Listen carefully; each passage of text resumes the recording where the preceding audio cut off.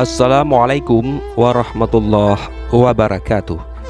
Dan ini kisah penggali kubur menyetubuhi mayat yang membuat Rasulullah Shallallahu Alaihi Wasallam marah. Mari kita simak video berikut.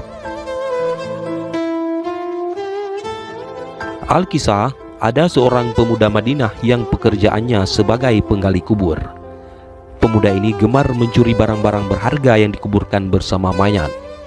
Tindakan ini dilakukan ketika keluarga jenazah meninggalkan kuburan. Dia gali kuburan itu kembali untuk mengambil barang-barang berharga yang ikut dikuburkan bersama mayat. Dia akan mengambil kain kafan mayat jika kain itu dianggap berharga. Pada suatu hari dia menggali kubur untuk jenazah seorang gadis dan cantik jelita. Begitu suasananya sepi, ia menggali kembali kuburan gadis itu. Ia ambil kain kafannya, matanya nanar melihat indahnya tubuh sang gadis. Ia pun melampiaskan syahwatnya kepada mayat tersebut.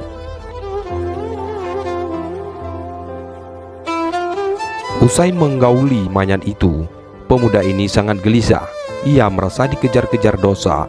Ia pun datang ke masjid Rasulullah di Madinah. Di sana ia ketemu Umar bin Khattab. Setelah mengucapkan salam kepada Umar, ia bertanya dengan cemas dan hati-hati, "Apa pendapat Anda jika ada seorang yang berzina?" tanya pemuda itu. Kemudian Umar menjawab, "Jika dia sudah menikah, ia dihukum rajam sampai mati.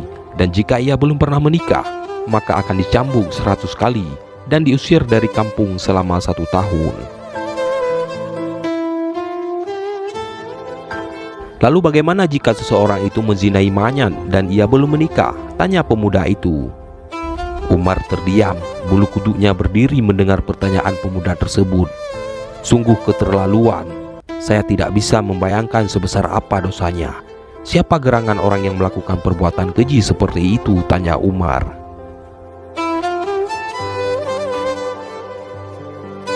Saya sendiri wahai Umar. Apakah Allah masih mau mengampuni perbuatanku? Sang pemuda mulai bimbang. Umar terdiam.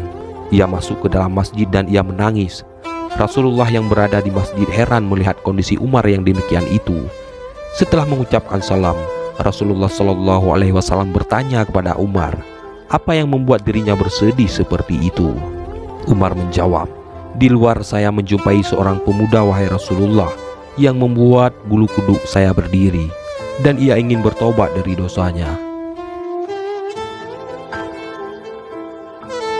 Utsman bin Hasan bin Ahmad Asy-Syakir Al-Kahaubawi dalam kitab yang berjudul Duratun Nasihin menceritakan, selanjutnya Rasulullah memerintahkan Umar bin Khattab untuk mengajak masuk pemuda tadi.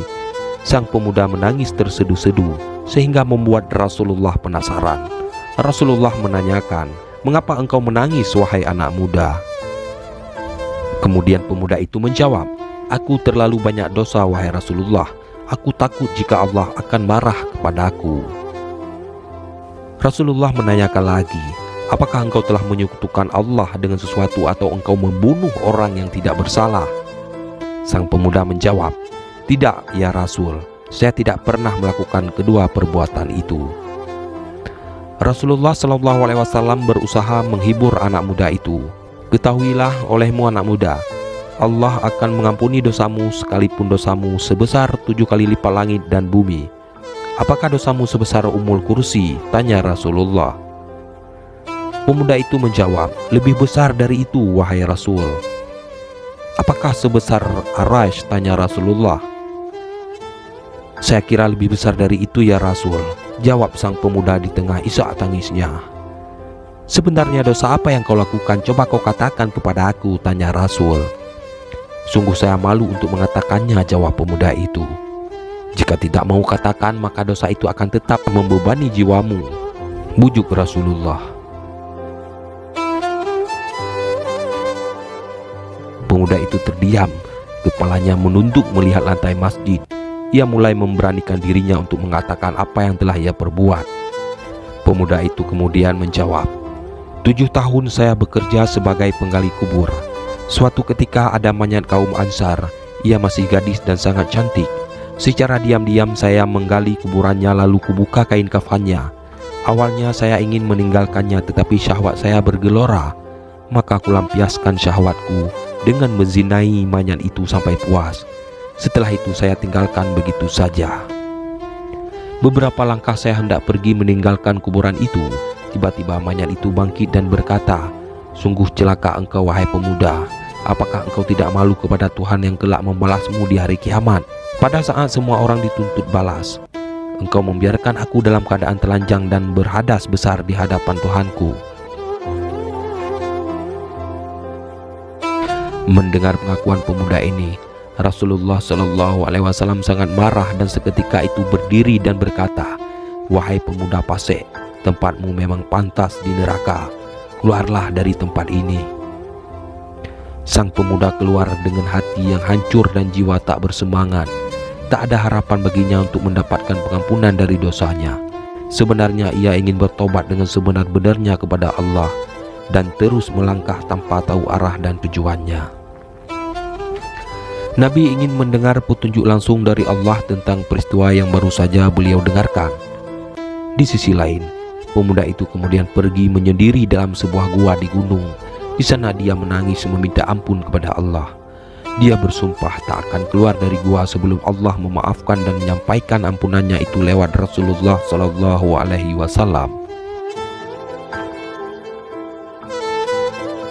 Setelah 40 hari, tubuh dan wajah pemuda itu berubah drastis. Selama di dalam gua, dia hanya bertahan hidup dengan makanan yang dia temukan dalam gua. Ia berdoa, "Oh Tuhannya Nabi Muhammad, Tuhan Nabi Adam dan Hawa, jika aku telah engkau ampuni, sampaikanlah kepada Nabi Muhammad dan para sahabatnya. Namun jika kau menolak tobatku ini, bakarlah aku di dunia dan bebaskan aku dari siksa di akhirat. Sungguh saya tidak akan sanggup menerima siksamu di akhirat kelak." Bersamaan dengan itu Allah mengutus malaikat Jibril untuk menemui Rasulullah Sallallahu Alaihi Wasallam. Malaikat Jibril menanyakan, "Wahai Muhammad, Allah menyampaikan salam kepadamu." Dan Allah bertanya, "Apakah engkau yang menciptakan makhluk?" "Allah yang menciptakan diriku dan semua makhluk," jawab Rasulullah. Kemudian Jibril menanyakan lagi, "Apakah engkau yang memberikan rezeki kepada mereka?"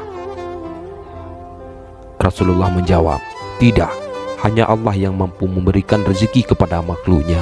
Kemudian malaikat Jibril menanyakan lagi, "Apakah engkau yang menerima taubat mereka atau engkau yang menghukum mereka atas dosa-dosa mereka?" Rasulullah menjawab, "Maha suci Allah yang memberi pengampunan." Kemudian malaikat Jibril menanyakan lagi, "Wahai Muhammad, Allah berfirman, maafkanlah hambaku karena aku telah mengampuninya," kata malaikat Jibril.